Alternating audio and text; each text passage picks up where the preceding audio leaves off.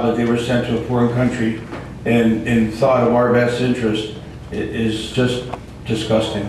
It's the only way to put it, just disgusting.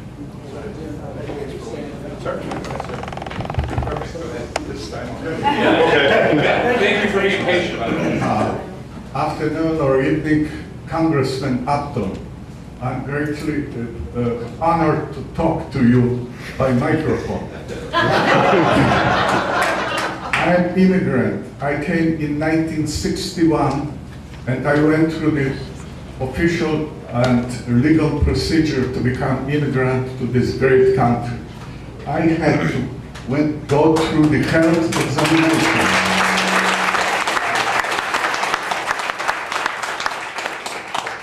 I had to go through the health examination. I had to collect police record.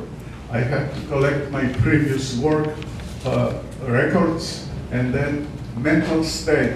This took months and expenses and travel. I live in the city of Szczecin, 300 miles from Warsaw, so I had to go to Warsaw, to the Ministry of Justice, to the Ministry of that and this.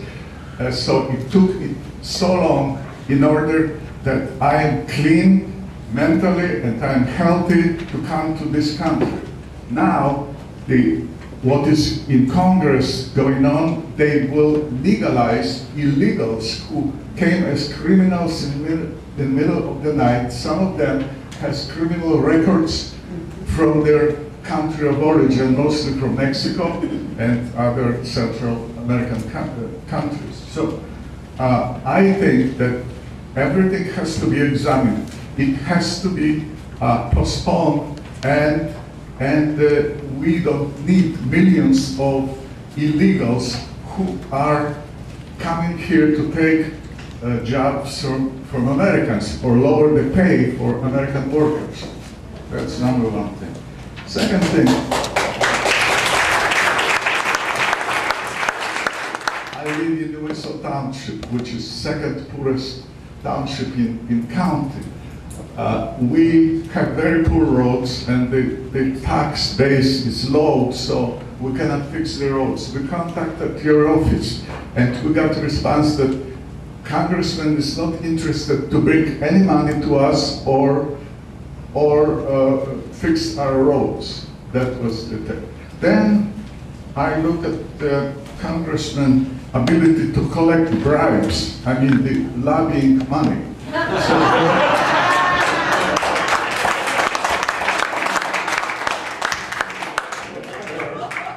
There is an organization called Open Secrets, and they list the largest contributors to the congressman. So electric utilities, 65,000, health professionals, 64, oil and gas, 61, pharmaceuticals, 46, and TV and movies, 41. To me, I know the life. I was in business for 20 years myself. Nothing is for nothing. So if you get money from something, you have to provide service or goods. You have to deliver. So Congressman, what you're going to deliver to the utilities, electric? Are they going to keep the rates or they're going to raise the rate because you've been paid? So they can raise, that's question. What about gas and oil? The gasoline will be cheaper or lower. So those two questions. Thank you, Congressman, and I'm waiting for response. Thank you. Thank you. I didn't introduce myself for record and for the police and whoever. The innocent. My name is Zbigniew Victor Palulis.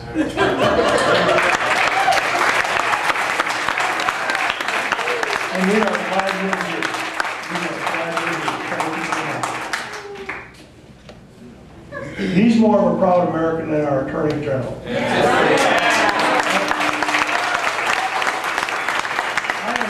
I'm sick and tired of seeing Mr. Holder go like this and swear to tell the truth. I want him to be a proud American and hold his hand up like a proud American. Thank you very much. We're glad you're here. Go ahead. Good evening, Mr. Upton. I'm Craig Kovacs with PC Billing, State of Richmond. I was on the executive committee to last year, and I decided not to run again. I'm going to put you, as I put to Al Pashoka, and Dave Pagel. I'm not going to vote for them, and I'm going to do everything I can to get you out of office. The list is many things, but I'm just going to highlight a couple things. One, you're not doing your job, not just you, Congress. It seems that you don't want to abide by any laws that we have to abide by. That's a problem for me. And who are the regulators? These are people I didn't elect writing my laws. I need Obamacare, 3,000 pages up to 30,000 pages now. Don't like that. And no more continuing resolutions on the budget. We shut the government down, we passed the budget within our means. But you can count on me, Mr. Upton. I promise to vote. I promise to make sure you're not in office, or if you're in office, you're going to do your job by the Constitution. Thank you. Thank you very much.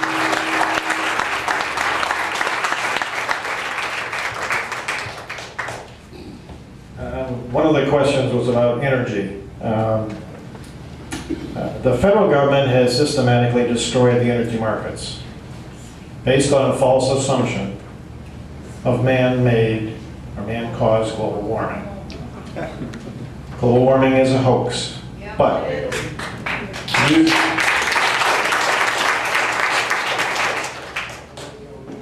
and so what we really are learning is that these regulations and assumptions are really driving what they want, which is control and increased taxes.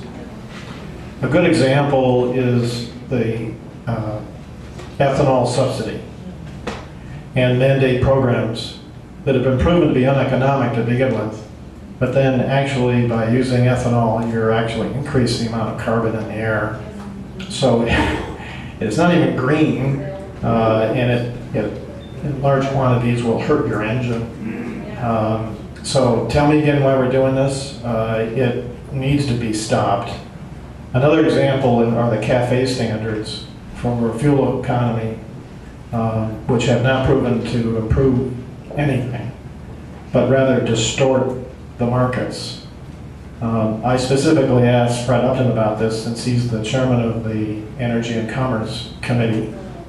I said, now, when you measure the mileage per gallon of a hybrid, do you include the BTUs that are used in the battery?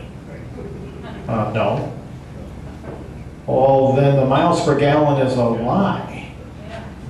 I'm an engineer and I'm thinking of conservation of energy. If it takes so many BTUs to move your car 1 mile, if you do it with electrical energy in a battery or you do it with gas, it's still going to take that much energy. And so we should adjust the miles per gallon to include the BTUs from the battery, right? And he goes, well, yeah, but you know, they'd never agree to that and they wouldn't be able to make the standards anymore. I said, well, then change the standards. Because why would you have a lie driving us all into hybrids? That doesn't make any sense to me. So that's my comment on energy.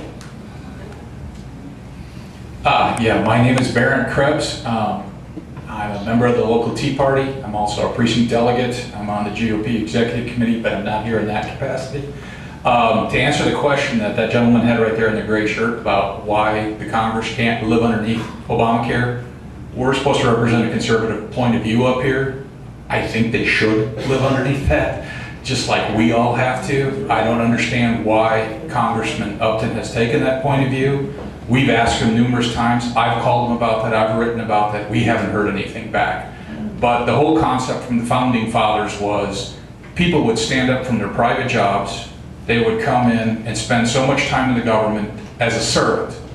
And then at that time, as a servant, they would pass budgets and laws that they would eventually go home and live underneath themselves. And they would go back to a real job. Yes, ma'am. Thank you. Back there. Yeah. And, well, yeah. We've talked to him about that too, but I'll stick with this right here. So that would be our point of view. I think the panel would agree with that, correct? All right. Thank you very much. Can't get us 25 years in it to get terminal. You look at this too. Yes, I'd like to address the gentleman who brought up to Congressman Upton that he's supposed to follow the Constitution. And this is a pretty relevant point because they take an oath of office. Every individual who goes to office takes an oath to support the Constitution the United States and of the state and regarding what job they have. However, one of the duties of Congress, and it always has been, is to declare war. And this is probably a really good issue that Fred should be here tonight to discuss, considering that it seems like we've drifted from declaring war via Congress to declaring war via the UN, and now we have an administration that seems like they could declare war without anybody. It just basically declare war and start bombing a sovereign nation based on lies. I mean, the bottom line is it's very questionable whether there were weapons of mass destruction in Iraq and whether there's who gassed who, and we're just going to get involved in this military-industrial complex. Now, Fred or any other Congress or Congress critter is not addressing this issue, and the media is not addressing this issue, and the bottom line is all they're doing is pounding the drums for war and saying, that's it, we're going to go bomb Syria, we're going to do this, we're going to do that, when there's other nations that are pretty powerful, such as Russia and China, that have an issue with that as well. So if the United States is going to keep doing this and Congress isn't going to do anything about it, then I don't really see the point of even having Fred or any of the other 435 people up there at all.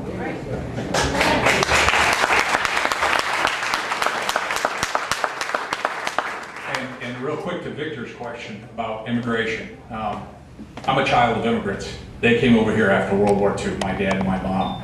And Ray is too. They're first generation Lithuanians. And you too. Okay. Hey, the whole point is that the cute little joke that I've heard here of late is when they came over here, there was never dial spy for Deutsch. All right, if you understand what I mean. You came over here, the whole goal was we speak English, we assimilate, we join the culture, we join this big giant experiment called America, because we give up the vestiges of what we had before to come here and to enter into this big giant experiment. There are no special carve-outs, there are no special rules. We try our best and we try to move forward. And I would agree with you, Victor. I think it's a slap in the face of every immigrant and their children to come over here and say, well, this group gets a special, rating or what have you. We're all equal in front of the law. We're all equal when we come in here as immigrants. That's the way it should be right there. So thank you very much.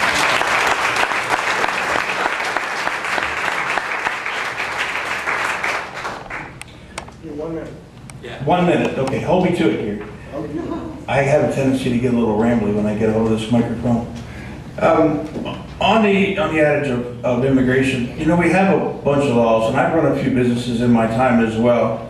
And to hire someone who is not documented is illegal already. So if we would just enforce the laws that we already have and dishire all those folks who don't deserve to work here to start with, those folks would go back where they came from on their own. And we wouldn't have to worry about filling up buses and airplanes and all the rest of their two-bit excuses that they come up with why we can't send all these people back home. Then the NSA can watch them as they come over the border and keep track of everybody that comes over here like they're doing all of us. And then we know where those 11 million people are, and we can put them all to work where we need them, not where they want to be. And stop taking away all the money and all the social benefits they can pay.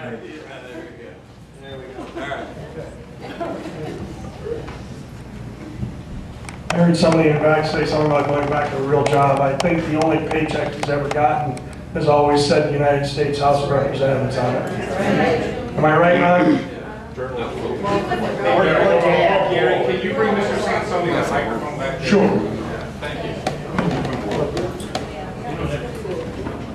Well, yeah, we're working. Private. Ladies and gentlemen, it was 90-some degrees today.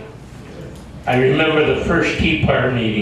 It was at the pavilion down on the river. It was April 15, 2009. That was the first Tea Party meeting. It was colder than a mother-in-law's kiss.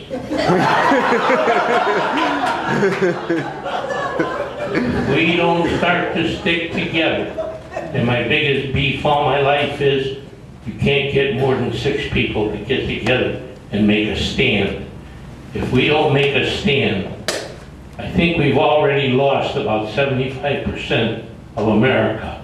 And if we don't make a stand now and fight like we've never fought in our lives, we're going to lose the rest of America.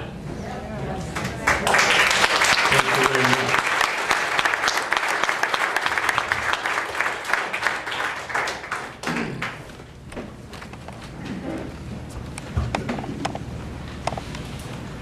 I'll tell you, my name's Al, I live down in Niles. I'm a retired paramedic, so I'll try to speak to something I've got a little experience with. I just found out about this meeting like yesterday, and I just started writing stuff, and frankly, I just got so much I don't know where to start. So I figured, again, we'll start with my experience. We've got the finest, already have the finest healthcare system in the country. You call 911. If you call 911, I'll pick you up and take you to the hospital, and the doctor will fix what's wrong. And that's that, period, you know. And a lot of people use it.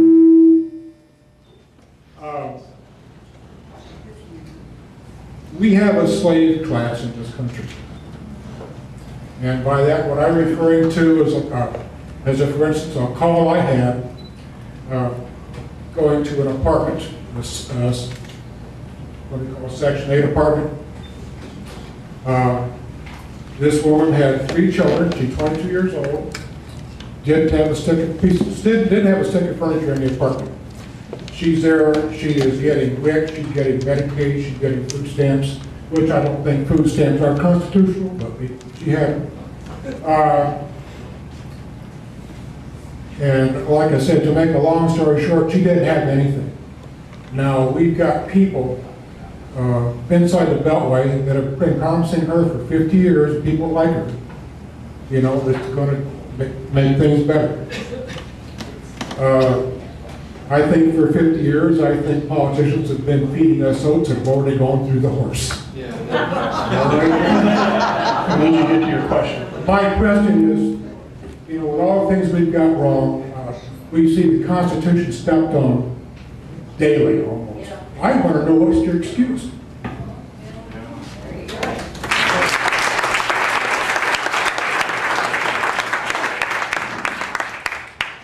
I think really the thing we have to understand is that we have 2 classes of people. We have those people in government and then the rest of us. And in our country, it's the government by the people. And when I was on Off the Record a couple of weeks ago, you know, we got kind of in this back and forth. I was on the TV show Off the Record. If you don't know what that is, you can look it up. But on there they said, well, isn't it, you know, you're kind of challenging the governor and you're challenging these people and saying they should be primaried.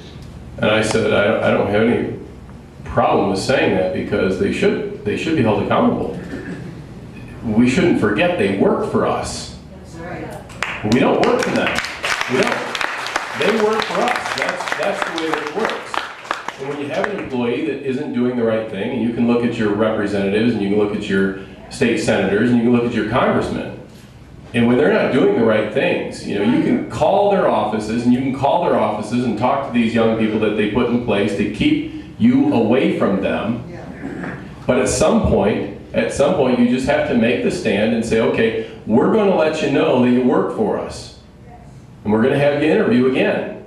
That's the way that it happens. And so there has to be a step taken to start to hold these people accountable through the primary process. And so there are a couple of people inside this room that are going to take those steps, And inside this room, together, you folks have the energy to be able to make that happen. You do, you absolutely do. You have the energy to be able to primary a couple of these people, and then they will notice when you make the phone call. They'll call you back. They will. Because at that point, no longer are you whining to them, you're holding them accountable. So I just want to encourage you folks that